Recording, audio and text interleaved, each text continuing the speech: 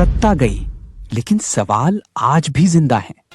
उत्तराखंड के पूर्व मुख्यमंत्री हरीश रावत के सामने पत्रकार अमित उप्रेती ने खोली राजनीति की वो फाइलें जिनका जवाब आज भी जनता मांग रही है। विकास के दावे, बेरोजगारी की चुनौती, पलायन की पीड़ा और सत्ता के फैसलों पर तीखे सवालों की बौछार। कांग्रेस सिर्फ बयानबाजी करती है या जमीन पर भी कुछ इसका असर देखने को मिलता है? आपके सत्ता के टाइम पर आपने किस तरीके से बेरोजगारी को दूर करने के लिए प्रयास किए और दूसरा पलायन को रोकने के लिए आपने क्या उपलब्धि प्राप्त की? क्या लगता है कि क्या कारण रहा कि उसके बावजूद भी जो है कांग्रेस सत्ता में ना आ पाई, जनता क्यों नाराज हुई?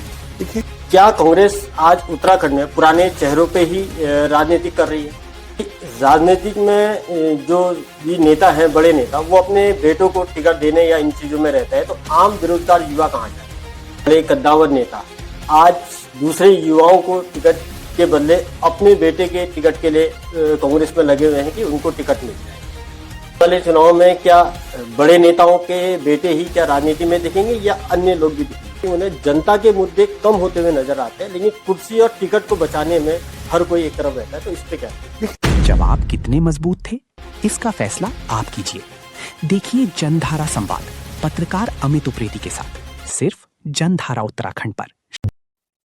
नमस्कार, मैं हूं अमित उप्रेती और आप देख रहे हैं जनधारा उत्तराखंड का खास कार्यक्रम जनधारा संवाद। आज हम बात करेंगे ऐसे व्यक्ति से जो पहाड़ पुत्र कहलाते हैं और जिन्होंने सत्ता में रह के कई योजनाएं तो चालू करी, उसके बाद कई पहाड़ों के लिए कई काम किए और गाड़ गधेरों की लगातार वो बात करते हुए नजर आते हैं। लेकिन समय बदला, सत्ता हाथ से गई, उसके बाद से वो विपक्ष में बैठ के अब अपनी बड़ी भूमिका निभा रहे हैं। हम बात कर रहे हैं ऐसे ही पहाड़ पुत्र पूर्व मुख्यमंत्री हरीश रावत जी की, जो आज जनधारा उत्तराखंड के खास कार्यक्रम में मौजूद है। सर, आपका बहुत बहुत स्वागत है जनधारा के इस कार्यक्रम। धन्यवाद सर, जनधारा उत्तराखंड द्वारा एक कार्यक्रम होता है जनधारा संवाद। इस संवाद को आप किस तरीके से देखते हैं? संवाद तो हमेशा समाज को शक्ति देता है। संवाद का मतलब है आप परस्पर विचार विमर्श कर रहे हैं और विचार विमर्श से ही तो रास्ता निकलता है। सर, जनता ये पूछती है कि कांग्रेस सिर्फ बयानबाजी करती है या जमीन पर भी कुछ इसका असर देखने को मिलता है? देखिए, आपने अपना नाम, आप संवाद की बात करते हैं, तो राजनीतिक दल के रूप में हम भी बयान नहीं देते, हम संवाद करते हैं। हम लोगों तक अपनी बात पहुंचाते हैं और लोगों की बातें जो हम तक पहुंचती हैं उसी आधार पर संवाद करते हैं। उससे एक धारणा बनती है, उससे एक समझ बनती है, उससे एक सरकार के ऊपर या प्रशासन के ऊपर एक दबाव पैदा होता है। तो प्रतिपक्ष के बयान हमेशा संवाद का एक सुधरा हुआ रूप है। संवाद भी हमारा हिस्सा है, मगर कई बार आपको बयान देने पड़ते हैं। तो वो बयान जो है, चाहे वो एक तरफा हो, मगर वो भी उसका आधार जो है, जो संवाद से जानकारियां मिलती हैं या जो समाज के अंदर क्या हो रहा है, क्या कहाँ पर लोगों से अत्याचार हो रहा है, लोगों के साथ ज्यादतियां हो रही हैं, लोगों की समस्याएं हैं, वो बातों पर हो। सर, जब आप सत्ता में थे तो उस वक्त भी और आज भी पहाड़ों की एक सबसे बड़ी समस्या है बेरोजगारी और पलायन। आपके सत्ता के टाइम पर आपने किस तरीके से बेरोजगारी को दूर करने के लिए प्रयास किए और दूसरा पलायन को रोकने के लिए आपने क्या उपलब्धि प्राप्त की? हमने पहले ही नजर रखी कि जो सरकार में पद हैं, रिक्त पड़े हुए हैं, उनमें स्थानीय बेरोजगार शिक्षित नौजवानों को अवसर मिले। उनकी परीक्षाएं करवाई, बल्कि जब हमको लगा केवल यूपीएससी काफी नहीं है, मैं अकेला मुख्यमंत्री हूं जिसके 3 साल के कार्यकाल में 2 बार पब्लिक सर्विस कमीशन की परीक्षाएं, हमने कहा नहीं, ये काफी नहीं होंगी। तो हमने अधीनस्थ सेवा चयन आयोग गठित किया, भर्ती बोर्ड्स बनाए, हम मेडिकल भर्ती बोर्ड, शिक्षा भर्ती बोर्ड, ताकि भर्ती के मल्टीपल चैनल हों और नौजवानों को जल्दी जल्दी अवसर मिले। 32,700 कुछ पदों पर, 718 या कुछ पदों पर हम लोग उनकी नियुक्ति करके गए और 18,000 पदों को अधियाचित करके गए, ताकि यदि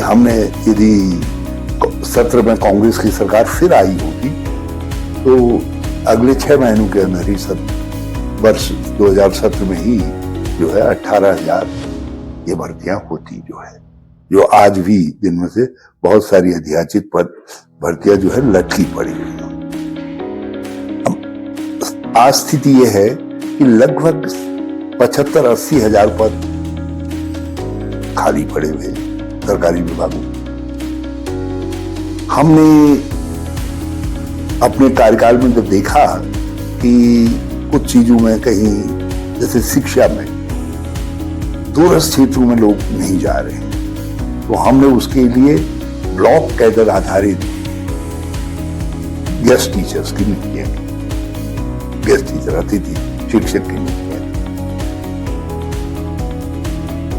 हम इस प्रणाली को, इस मॉडल को फिर से अपनाएंगे आगे 2027 में कांग्रेस की सरकार आएगी, हम फिर से इस मॉडल को अपनाएंगे। दूसरा कदम हमने उठाया, जो प्राइवेट यहाँ उद्योग लगे हुए थे उनमें हमारे राज्य का एक कानून कांग्रेस के एक कार्यकाल में बना था कि 70% लोकल नौजवानों को नौकरी मिलेगी, तो हमने उसकी मॉनिटरिंग प्रारंभ। उस मॉनिटरिंग के जरिए जो है हम अतिरिक्त 22,000 से ज्यादा लोगों को उन प्राइवेट फैक्ट्रीज में, प्राइवेट इंस्टीट्यूशन में काम पर लगा पाए। हमने स्थानीयता को आधार बनाया। जैसे आज आप देख रहे होंगे बड़े बड़े सोलर पैनल लग रहे हैं, उनको बहुत कहां के लोग आकर के लगा रहे हैं। सोलर पैनल में ज्यादा लोग को नौकरी देने की कैपेसिटी होती नहीं है, जमीन ज्यादा घेरता है। हमने कहा नहीं, हम ऐसे सोलर पैनल नहीं लगाएंगे। हमने सोलर वेंडर तैयार किए और 2,000 लोगों को मैं ट्रेनिंग दे करके गया और उनको पैसा भी दिया। 90% फंडिंग राज्य सरकार करती थी यूपीसीएल के माध्यम से, और यूपीसीएल से कहा ये भी बिजली पैदा करेंगे, उसको तुम खरीदो। तो उसके जरिए क्या होता था, आप घर बैठे अपने दूसरे काम के साथ साल भर में आपकी आमदनी 40-50 हजार हो जाती थी और आपका जीवन सुखपूर्वक हो जाता था। हमने दुग्ध उत्पादन हमारे राज्य के अंदर एक बड़ा व्यवसाय है और बहुत संभावना है उसकी। तो मैंने ये सोचा कि हम कैसे दुग्ध उत्पादकों को मदद कर सकते हैं, तो उनके लिए 4 रुपया दुग्ध बोनस दिया और उसके जरिए दूध पैदा करने की तरफ हमारी बहनें बड़ी संख्या में गई और उससे घर की आमदनी बढ़ी। हमने वृक्ष बोनस योजना प्रारंभ की, मेरा वृक्ष मेरा धन के नाम से। हमने कहा भाई आप लगाइए वृक्ष, चाहे किसी तरीके के वृक्ष को लगाइए, चारा प्रजाति के लगाइए, फल प्रजाति के लगाइए, आपको 300 रुपया और कुछ वृक्षों पर 400 रुपया हम बोनस देते हैं। तो ये इन चीजों के जरिए हमने स्थानीय रोजगार को, हमने कोशिश की कि चीजें जो हमारे यहाँ पैदा हो रही है गाँव के अंदर, वो गाँव में ही न रह जाए, उसको हमने बाजार से लिंक करने के लिए। और इस कार्यक्रम के तहत दूर दराज के गाँवों में जहाँ सड़कें नहीं थी, उन गाँवों में मेरा गाँव मेरी सड़क योजना के तहत जो है हमने सड़कों का निर्माण किया। 300 सड़कें बनी हैं इस योजना के तहत। तो इस तरीके से ये सब चीजें रोजगार पर असर करती थी। और मुझे आज आपके चैनल से ये कहते हुए खुशी है कि राज्य के अंदर न्यूनतम बेरोजगारी की वार्षिक वृद्धि दर मेरे ही कार्यकाल में रही। 2017 के अंदर एक सर्वेक्षण आया, उस सर्वेक्षण के तहत जो है 1.05% बेरोजगारी की वार्षिक वृद्धि दर उत्तराखंड में दर्ज की गई, जो स्वर्णिम है और देश के लिए स्वर्णिम है। सर, आपने अपने कार्यकाल में बेरोजगारी दूर करने काफी नियुक्तियां दी, चाहे दुग्ध संघ है या अन्य कई मुद्दों पर आपने जो है रोजगार के अवसर प्राप्त करवाए। क्या लगता है कि क्या कारण रहा कि उसके बावजूद भी जो है कांग्रेस सत्ता में ना आ पाई? जनता क्यों नाराज? 3 साल का समय यूं ही कम होता है, 1.5 साल लगभग आपदा प्रबंधन में लग गए। आपदा बड़ी भारी आपदा आई थी और जगह जगह बहुत बर्बादियां हुई थी। पुनर्निर्माण और पुनर्वास में हमारी सरकार का करीब 1.5 साल लग गया।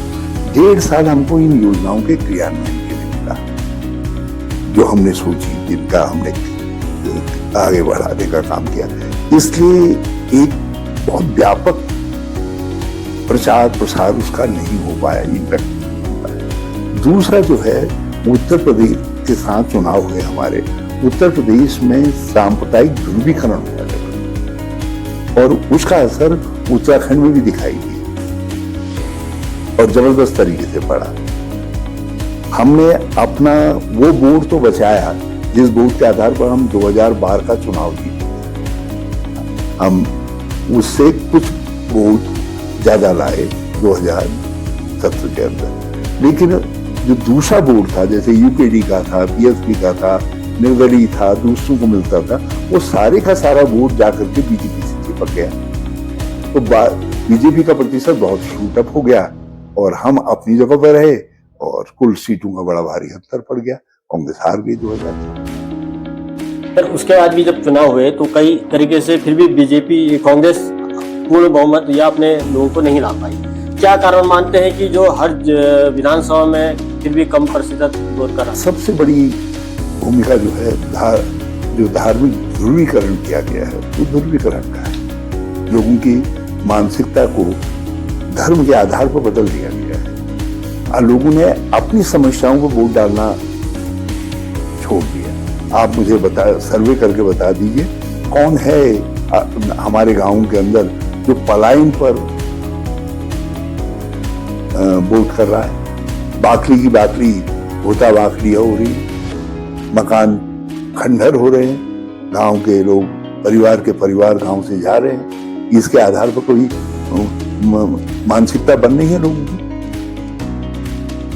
बेरोजगारी इतनी चरम पर है, लेकिन घर में बैठकर बेरोजगार पड़ा हुआ है और भाजपा की सरकार को 10 साल होने जा रहे हैं, उसकी परीक्षाएं नहीं करवाई जा रही हैं, पेपर लीक हो जा रहा है और भी बहुत सारी विसंगतियां हैं।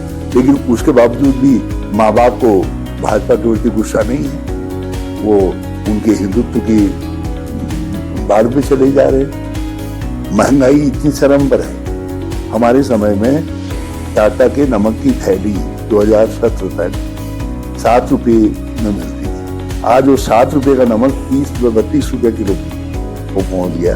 और उसी प्रकार से चना, गरीब का साथी चना 18 रुपये किलो मिलता था, आज वो 80 रुपये किलो मिल रहा है। गैस का सिलेंडर, बिजली के दाम, कोई चीज है जो जरूरत की लोगों की जिसके दाम नहीं बढ़े, लेकिन लोग इस महंगाई को झेल रहे हैं मगर अभी भाजपा के खिलाफ आवाज नहीं उठा रहे। गांव में बाघ वगैरह गुलदारू ने, सुअरों और बंदरों ने आतंक मचा दिया, खेती बर्बाद हो गई। कोई इस समस्या पर वोट कर रहा है? जिस दिन लोग अपनी समस्या पर वोट, अपने सवालों पर वोट करें, मैं विश्वास पूर्वक कहता हूं कि लोग उस दिन कांग्रेस को भी खोजेंगे और हरीश रावत को भी याद करेंगे। क्या कांग्रेस आज उत्तराखंड में पुराने चेहरों पे ही राजनीति कर रही है? नहीं, हम बहुत नए चेहरे हैं, नए लोग हैं। इवन हमारे पार्टी के नेतृत्व भी अभी युवा हाथों में है। गणेश गोयल जी युवा है। क्या इस बार जो चुनाव होने जा रहे हैं 2027 में, क्या इस बार युवा को भी नया चेहरे को टिकट मिलेगा? कांग्रेस बहुत मिलेगा। आप ये मान करके चलिए, करीब 30% से ज्यादा नौजवानों को टिकट। क्या मानते हैं कि चुनाव में जो हार का कारण है कांग्रेस की अंदरूनी लड़ाई के कारण जो है बीजेपी मजबूत है? कहीं नहीं, ये तो खाली प्रचार है, दुष्प्रचार, कहीं नहीं। इस कारण ये केवल जो सांप्रदायिक ध्रुवीकरण करने में भाजपा सफल हुई, उसके कारण उनका मतों का प्रतिशत बहुत बढ़ गया और हम अपनी जगह पर स्थिर हैं। हमारा मत प्रतिशत नहीं बढ़ पाया। हमने 2022 में थोड़ा 2-3% मत प्रतिशत बढ़ाया हमने, लेकिन अब इस समय हम उम्मीद कर रहे हैं कि हम इस समय 7-8% तक मत प्रतिशत बढ़ा पाएंगे। जैसे ही हम 2012 के या 2017 के जो बेस मत हमको मिला है उसमें 7% लोगों को और जोड़ देंगे तो हम भाजपा से सत्ता छीन लेंगे। राजनीतिक में जो भी नेता हैं, बड़े नेता, वो अपने बेटों को टिकट देने या इन चीजों में रहते हैं, तो आम बेरोजगार युवा कहाँ जाए? इनकी धारा में युवा सम्मिलित हो, बेरोजगार युवा सम्मिलित हो, और जब वो पार्टी की धारा में सम्मिलित होगा तो यकीनन यदि किसी के बेटे से वो नौजवान ज्यादा सक्षम होगा, ज्यादा सक्रिय होगा, उसको टिकट मिलेगा। तो नौजवान हमारी पार्टी में आए, हमारी धारा में सम्मिलित हों, हमारे साथ संघर्ष करें, और यदि किसी का बेटा संघर्ष कर रहा है किसी नेता का, तो उसको केवल इसलिए डिनाई कैसे कर दिया जाए कि एक फला नेता का बेटा है। तो हम अपने कार्यकर्ता, वो भी तो एक कार्यकर्ता है, उसका हक कैसे मारेंगे? पर एक काफी चर्चा है कि कई बड़े कद्दावर नेता आज दूसरे युवाओं को टिकट के बदले अपने बेटे के टिकट के लिए कांग्रेस में लगे हुए हैं कि उनको टिकट मिल जाए। देखिए, सब पार्टियों में जब आप राजनीति में होते हैं तो आपको मददगारों की जरूरत पड़ती है। वो मददगार आपका बेटा भी हो सकता है, आपकी बेटी भी हो सकती है, आपकी बहू भी हो सकती है। और यदि उनमें जनता की स्वीकार्यता है और वो लगातार पार्टी में काम कर रहे हैं, संगठन में काम कर रहे हैं, तो उनके दावे को कैसे नकारा जा सकता है? तो आने वाले चुनाव में क्या बड़े नेताओं के बेटे ही क्या राजनीति में दिखेंगे या अन्य लोग भी दिखेंगे? मैंने कांग्रेस पर काम करते हुए करीब मुझे 18 साल हुए तो मैं संसद तक पहुंच गया। मैं एक आम परिवार से था। तो इस तरीके से यदि लोग आए राजनीति में, हमारी पार्टी की धारा से जो आएंगे, हम उनको आश्वस्त करना चाहते हैं कि आम परिवार के व्यक्तियों को आगे बढ़ाया जाएगा। मनोज तिवारी जी हैं यहाँ के, ये जब 2002 में टिकट दिया गया था, ये एक आम परिवार के व्यक्ति थे और एक साधारण उसके थे। गोविंद सिंह मुंजवाल जी एक साधारण उसके व्यक्ति थे।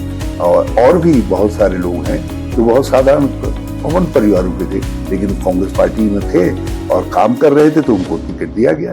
तो हमारी पार्टी में हम सामान्य परिवारों के लोगों को, गरीब परिवारों के लोगों को बहुत आगे पार्टी कांग्रेस हमेशा प्रोत्साहित करती रही। अधिकतर उत्तराखंड की राजनीति में एक चीज देखते हुए आई है, जब चाहे किसी की भी पार्टी रही है, मैं किसी एक पार्टी को नहीं ले रहा हूँ, कोई पार्टी आती है राजनीति में, जनता के मुद्दे कम होते हुए नजर आते हैं, लेकिन कुर्सी और टिकट को बचाने में हर कोई एक तरफ रहता है। तो इस पे क्या? देखिए, स्वाभाविक है कि आप जब राजनीति में हैं तो आपको दोनों चीजों को फोकस करना पड़ता है। आपको अपनी पार्टी में भी इतना सुदृढ़ अपने को करना पड़ता है कि पार्टी आपको नॉमिनेट करें, क्योंकि माध्यम पार्टी है, और साथ साथ आपको जनता के साथ भी सक्रिय रहना पड़ता है, उसके साथ भी संवाद रखना पड़ता है। और जो लोग नहीं रख पाते हैं वो धीरे धीरे विलुप्त हो जाते हैं, जो रख पाते हैं वो लंबे समय तक राजनीति में चलते हैं। तो ये एक स्वाभाविक प्रक्रिया है, एक स्वाभाविक प्रक्रिया है। और मैं आपके चैनल के माध्यम से नौजवानों को, गांव के गरीब सामान्य नौजवानों को आमंत्रित करना चाहता हूँ, वो आए हमारी पार्टी से जुड़े, और जब वो पार्टी में अप्रेंटिसशिप, अब आते ही कोई कहे कि साहब मैं युवा हूँ और मुझे टिकट दे दो, ये तो नहीं हो सकता।